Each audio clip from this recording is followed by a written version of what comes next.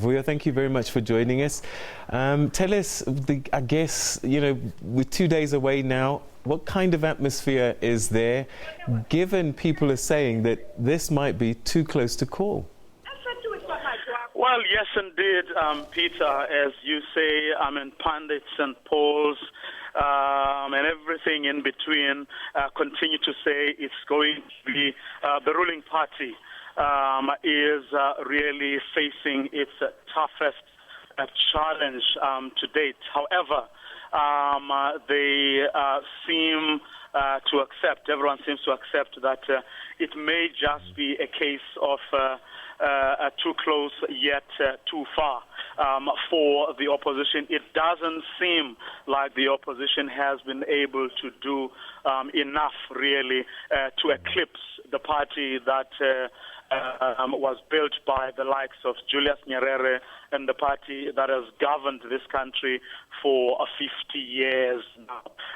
It's going to be fairly close. The last two polls are saying, but it doesn't look like there's a very, very serious threat to Chama Zapenduka.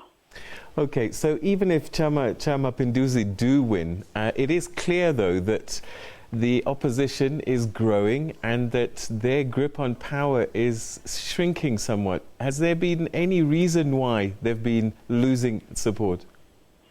Well, I don't think you're correct. I don't think there's any doubt about that, and in fact, the ruling party is ready to concede. In fact, they have conceded that they have somewhat, fallen back from the goals that they once set themselves. Yesterday, we were having a conversation with one of the leaders of the ruling party, and he actually made that admission, but saying, look, keeps on governing for so many years, there are things that sort of slip through.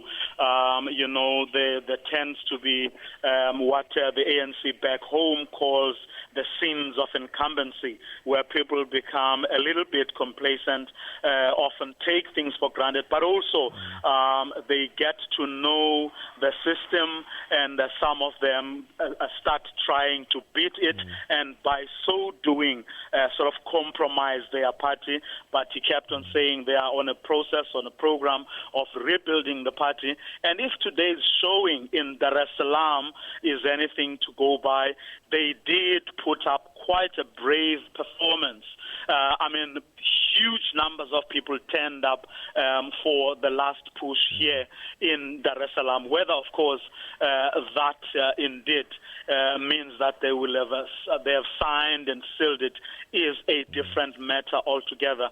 But I think it is worth noting that there aren't too many parties across the world that are able to, garner or bring together the kinds of numbers that we saw in Dar es Salaam today. But on the other hand, as you're saying earlier, the opposition is putting up a fairly good performance. But I think one of the things that some people were saying is going to count against them is the issue of taking the very same person, the former prime minister, who they once criticized, who was the poster boy for their criticism of the ruling party.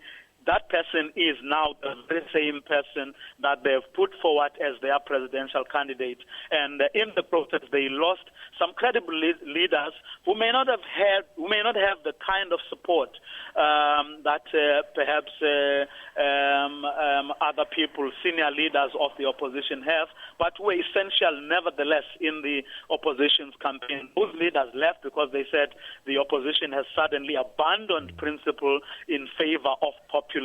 So the opposition too has a lot to learn in what has happened over the past few months, couple of years. And I suppose also that Tanzania has been hailed because not too far away in Burundi we have a president there who went beyond his 2 terms, but in Tanzania it seems that they are sticking with their constitution and that President Jakaya Kikwete is going to step down. Yes, indeed. I mean, it's kudos really to President Kikwete and to his party that he's been able to resist the temptation in spite of what is happening around him. We saw, as you correctly point out, in the DRC, what has been happening. We've been seeing what has been happening in Rwanda. We know what has been happening in Uganda, President Museveni. So in that, surrounded by those kinds of people, I think the temptation would have been difficult to resist for someone like President Kikwete. But he didn't do that. And he stands up there today as a leader to be emulated. No one ever thought that beyond Julius Nyerere, you would find the kind of leader that we find in President Kikwete. And he has led by example, and as a result, this country is now like standing tall and really holding its head high. The question now is whether whoever is going to, the person who is going to succeed him will indeed take over from where he left. Remember, in 2013, the economy of this country was growing at like 7.3%. Against all odds. Many countries, including ours, were finding it difficult to get 2%. So it's really a question of whether the people who are taking over from him will really lift it up from where things are at the moment. Peter? All right. So the Mo Ibrahim Prize perhaps might be something that President Jakaya Kikwete may be hailed for. Okay, we're going to start wrapping up, but final question for you. What do you think people are going to be voting for on Sunday? Well, as things stand, with all the polls and from what the pundits are saying, but also from what the parties themselves are prepared to admit, it does look like the ruling party, Chama cha Mapinduzi, will indeed retain its leadership role, will remain the majority party in parliament, and but there's no doubt, as we were saying earlier, the opposition continues to grow, and it's not only growing, but there are high levels of maturity.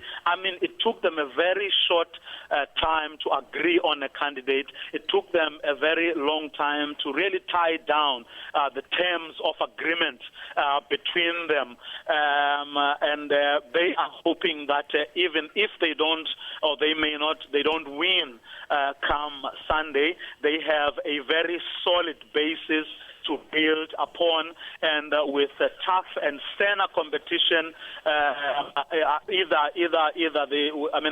the ruling party will certainly be put on its toes, and on the other hand, the opposition will be strengthened, and that can be good for democracy, in spite, I suppose, of people's sentiment about liberation and everything that goes with that. All right, Vuyo, we're going to leave it there, but I'm sure we're going to be catching up with Vuyo Mvoko, who's in Tanzania, covering those elections that are taking place on Sunday. Will it be Chama cha Mapinduzi again, or will the Chadema opposition party surprise? You stay with us on SABC News, and we'll keep you up to date with that. We'll take a quick break. When we come back,